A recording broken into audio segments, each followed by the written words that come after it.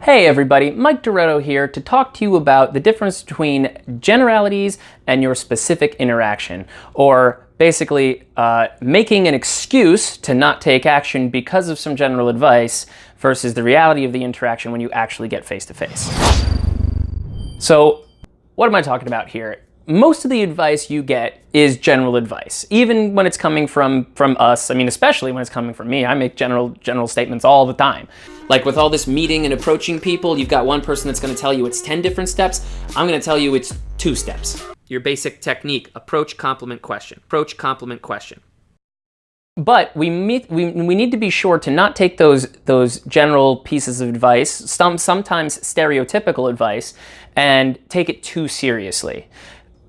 Generalities, they help us set our expectations over multiple instances. So if I were to be going to a new location and someone tried to warn me and say, hey, in this spot, people are just generally less friendly. They're less open to being approached by strangers. If somebody told me that, then I would say, okay, I would put that in my head and go, all right, well, if I approach people and I get the cold shoulder, I know that it's not me. I know that it's the location. They warned me about this, and there you go. So that can help me sort of set my expectations and avoid feeling bad about myself if I'm getting the cold shoulder.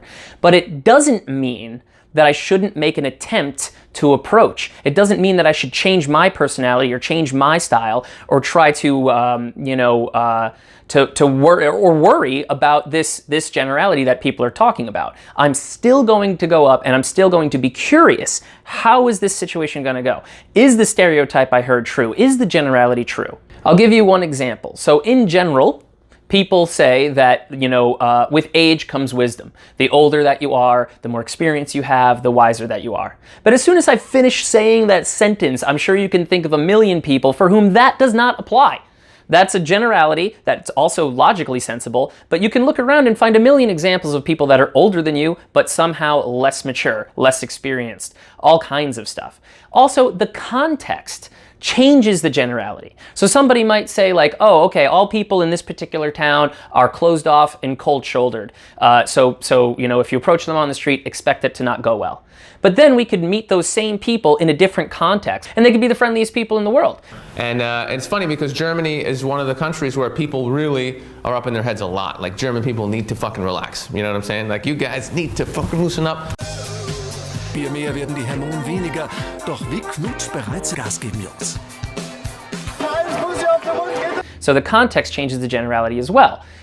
Pretty much any generality we can start to chip away and undermine very easily, because all we need is to find a handful of examples, of counterexamples, to prove that the stereotype is not the rule. I'll give you an example from my life and my advice specifically. I tell people all the time, if you are over the age of 24, try not to date anyone under the age of 24. And the reason I say that is because, this is number one, it's Western advice. I'm basing things on like, okay, we go to high school, then we go to college, then we have graduate school around these different ages, and people are just still figuring themselves out for much of that time. So I tell people, like, if you want to avoid the extra work that could potentially come with dating somebody less mature than you, then in general, date people 24 and older, or older than 24. Now, sounded pretty passionate about that advice, right? But I'm standing here to tell you I'm a hypocrite. When I was 28, I saw this gorgeous young woman. I didn't know how old she was, but come to find out she was 18. So 6 years below that limit that I give people, that general advice that I give people. But in the specifics, in the actual individual interaction between her unique characteristics and mine, we ended up proving ideal for each other, and I'm now married to that woman. So if I were to follow my own general advice in that specific instance, I would have missed out on a soulmate. Really what I'm trying to convey here is just because there's an unlikely scenario does not give you an excuse not to try. You might look at a situation and go, okay, well, let's see.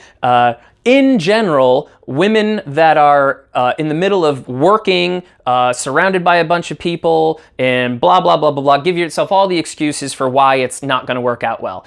And in general, those are probably true. If you were to do that approach time after time after time, and you dragged it out over a long amount of time, you could probably see that statistically, you're right. Statistically, it doesn't work. But statistics don't necessarily have to.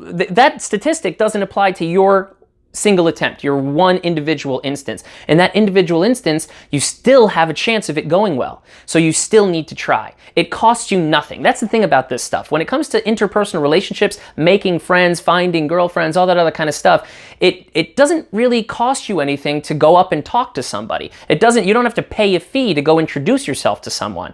So there's no reason not to try in a situation like this. Remember, it's a numbers game, and there's no reason to quit a numbers game if it's free to play. So much potential, and you've resorted to fantasizing about Conan Ginger Junk O'Brien. He is funny. He looks like a carrot, honey. Who looks like a carrot? Hi. Who looks like a carrot? Conan O'Brien. My friend, Hannah here thinks he's sexy. That's weird because I think that your friend Hannah is really sexy. Oh my God. You did not just say that. How old are you? What are you, a lawyer? A little bit. Come on. I know. You are? Is she? Gonna be. Don't you think you're a little old to be using cheesy pickup lines? Objection. Leading the witness. So in summary, guys, you can't predict the specific interaction that you're going to have with a person, even if it's surrounded by stereotypes. Even if you've got tons of advice telling you, in general, X, Y, Z, question it. Be curious. Go make that attempt. If you think the person's interesting and you want to go up and talk, go talk. Then, when you have the person in front of you, you might be surprised to see how easy the interaction goes. It's really going to depend on the associations that you remind this person of, and vice versa. So you might be functioning off of some general advice, but when we get down to the specifics, it gets too complicated for you to really predict what actually is going to happen. So get out in front of people, try, be curious, question all the information you've been given, but you can still use it to set your expectations. So while I'm not going to hesitate to go approach those people in the place that they told me was unfriendly, I'm not going to get depressed if I find that I strike out repeatedly. But I'm sure, even in a situation like that, I would find at least some exception to the rule. People are so diverse. No matter what population you're looking at, variation is the norm, whether it's psychological, physical, personality-wise, but humans are very different and complicated, and we all have our little mix. And while we follow a lot of general patterns and a lot of similar behaviors, when it comes down to the unique individual, predictions can fly off the rails. So don't let any of that stuff hold you back. Get out there, be social, be friendly, and be ballsy.